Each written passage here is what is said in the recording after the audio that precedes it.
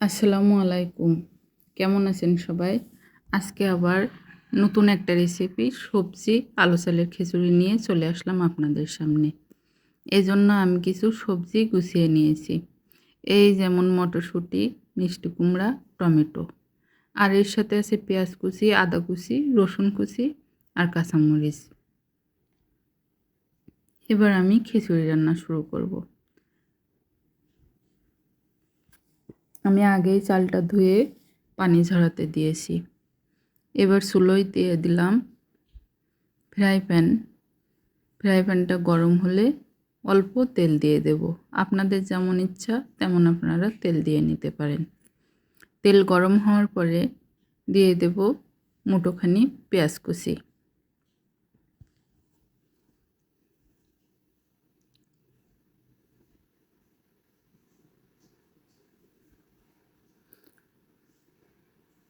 পেঁয়াজ কুচি অল্প সিদ্ধ হলে আমি বাটা মশলাগুলো পেঁয়াজ কুচির ভেতরে দিয়ে দেব। বাটা মশলার ভেতরে আছে দারুচিনি, এলাচ ফল, জিরা, লবঙ্গ, গোলমরিচ, ধনিয়া বাটা, এগুলোই আর রসুন বাটা।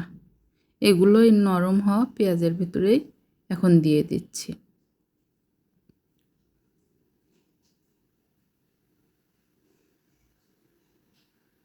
মশলাগুলো দিয়ে পেঁয়াজের সাথে ভালোভাবে নাড়াচাড়া করে নেব। এখন দিয়ে দিচ্ছি লবণ,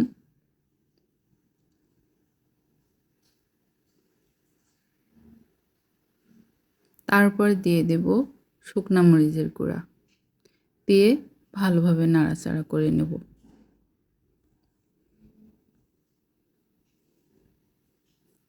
নাড়াচাড়া করে মশলাগুলো ভালোভাবে কষানো হলে এখন দিয়ে দিচ্ছি খাসির চর্বি। আমি আজকে খিচুড়ি খাসির চর্বি দিয়েই রান্না করব। এই জন্য চর্বিটা আগের থেকেই মশলার সাথে একটু কষিয়ে নিচ্ছি। আমার চর্বি আর মশলা একসাথে কষানো হলে এর ভিতরে দিয়ে দেব মিষ্টি কুমড়া। সবজিগুলো আগেই দিয়ে দিচ্ছি। সবজি একটু কষানো হলে টমেটো দিয়ে দেব। আর এর ভেতরে আস্ত রসুনও দিয়ে দেব।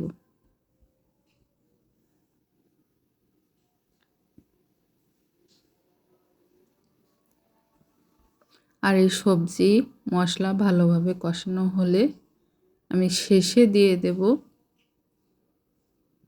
হলুদ গুঁড়া। এই যে আমার চর্বি, সবজি সবগুলো ভালোভাবে কষানো হয়ে গেছে।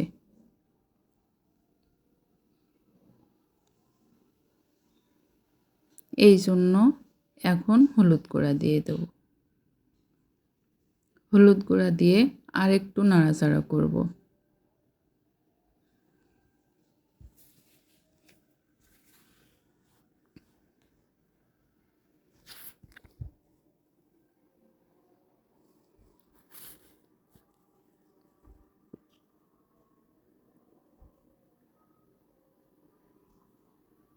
শেষে দিয়ে দেব মটরশুঁটি, কারণ মটরশুঁটিতে অল্পই জাল লাগে। এজন্য সব কষানোর পরেই দিয়ে দিলাম মটরশুঁটি। এখন আমি দিয়ে দেব পানি ঝরানো আলু চাল। হয়তো আপনারা ভাবতে পারেন ডাল কেন দিচ্ছি না, আলু চাল খুব অল্পতেই সিদ্ধ হয়ে যায়। এজন্য মুসুরির ডাল আমি আগেই সিদ্ধ করে রাখছিলাম। মুসুরির ডাল একটু পরে দিয়ে দেব। চাল আর মশলাগুলো ভালোভাবে মিশিয়ে নেব।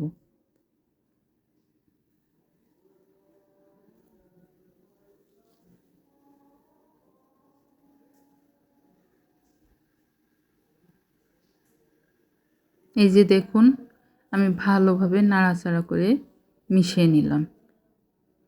এখন দিয়ে দিচ্ছি আস্ত রসুন। আমি বাটার সাথে কিছু রসুন বেটে দিয়েছিলাম ঘিরানোর জন্য। আর এখন আস্ত রসুন দিলাম। প্লেটে আস্ত রসুন থাকলে খিচুড়িটা খেতেই মজা লাগে। এখন দিয়ে দেব আমি সিদ্ধ করে রাখছিলাম যে ডাল, যাতে চালের সাথে একটু ভালোভাবে মিশে যায়। কারণ আলু চাল আর ডাল যদি একসাথেই দিই সিদ্ধ করার জন্য, তাহলে আলু চাল ক্ষীর হয়ে যাবে, ডালটা সিদ্ধ হবে না। এজন্য ডাল সিদ্ধ করে নিয়ে পরেই দিয়ে ভালোভাবে মিশিয়ে নিচ্ছি।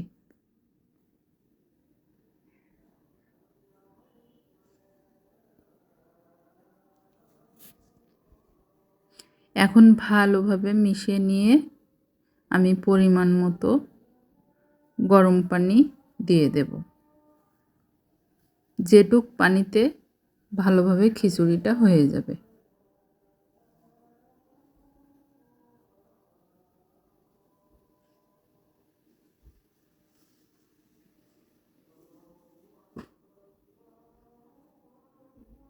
এখন পানির সাথে এগুলো মিশিয়ে শেষে সর্বশেষ দিয়ে দিচ্ছি কাঁচামরিচ, যাতে কাঁচামরিচের ফ্লেভারটা ভালো আসে।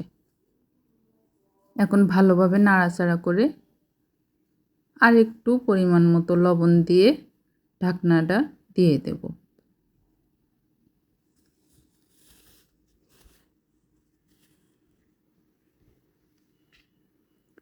মাঝে মাঝে ঢাকনাটা উঁচু করে নাড়াচাড়া করে দেখতে হবে কতটুকু সিদ্ধ হলো এবং আর কত দেরি আছে রান্না করতে।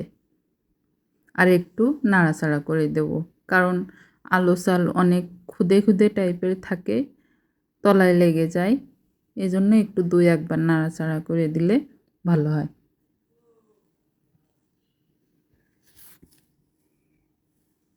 এভাবে নাড়াচাড়া করে দিয়ে উল্টো পাল্টা করে আবার ঢাকনাটা দিয়ে দেব।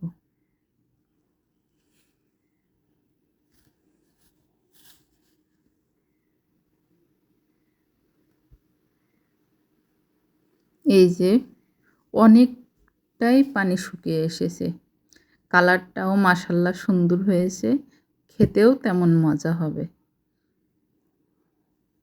তবে আলু চাল দিয়ে আপনারা এভাবেই খিচুড়ি রান্না করতে পারেন। আমি একটু ভিডিওটা বড়ই হয়ে গেল, কারণ স্টেপ বাই স্টেপ সবগুলোই দেখাইছি, আমি কোথাও কোনো কিছু বাদ দেইনি। আর আমি খুব অল্প মশলা দিয়ে রান্না করি, আপনারা অনেকেই অনেক ভালো করে রান্না করেন অনেক মশলা দিয়ে, আর আমি যেটা করি সেটাই দেখালাম আপনাদের। কেমন লাগলো জানাবেন। শেষে একটু ধনিয়া গুঁড়া দিয়ে দিলাম আর গরম মশলার গুঁড়া দিয়ে আর একটু নাড়াচাড়া করে দেব। এই তো হয়ে গেল আজকের সবজি খিচুড়ি।